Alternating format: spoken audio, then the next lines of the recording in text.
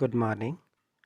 Welcome to lesson 4, that is what books and burials tell us.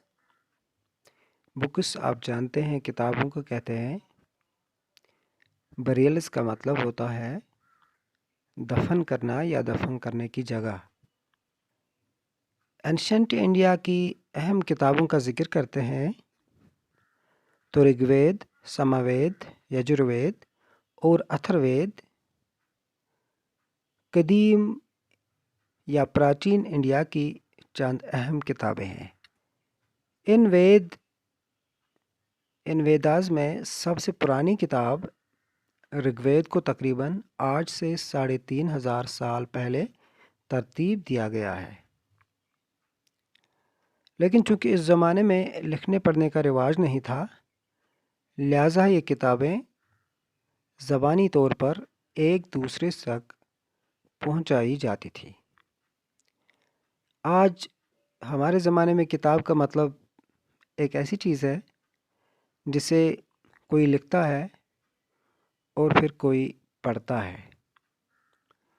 تو اس زمانے میں لکھنے پڑھنے کا طریقہ رائج نہیں تھا، لہٰذا کتابیں زبانی طور پر ایک جنریشن سے دوسری جگہ یا دوسری جنریشن تک پہنچائی جاتی تھی. اسی طرح ان ویداز کو صرف 200 سال پہلے پرنٹ کر کے کتابی شکل دی گئی. تو اس سے پہلے یہ کتابیں جو ہیں یہ زبانی طور پر موجود تھیں. اب رگ ویدا میں رشی منیوں کی جانب سے لکھی گئی ہیمنز یعنی منتروں کو جمع کیا گیا ہے، اور اس میں زیادہ تر اگنی، اندر اور سوما دیوتاؤں کی تعریف کی گئی ہے. اب جہاں تک اس زمانے کے لوگوں کا تعلق ہے تو ان ویدا سے یہ پتہ چلتا ہے کہ اس زمانے میں سوسائٹی میں کچھ لوگ برہمن تھے، پھر راجاز تھے اور داسا. برہمن جو تھے وہ مذہبی رسوم ادا کرتے تھے، راجا اونچی ذات کے لوگ تھے، اور داسا کا مطلب ہے غلام، داس، تو یہ غلام تھے. کہیں کہیں پر دو ہی طبقوں کا ذکر ہے، جیسے ایک طبقہ آریاس اور دوسرا داساس. کتابوں کے بعد اس زمانے کے اہم بریلز یعنی اس زمانے میں جو چیزیں دفن کی گئی ہیں انہیں کھود کر جو معلومات حاصل ہوتی ہیں تو اسے یہ پتہ چلتا ہے کہ اس زمانے میں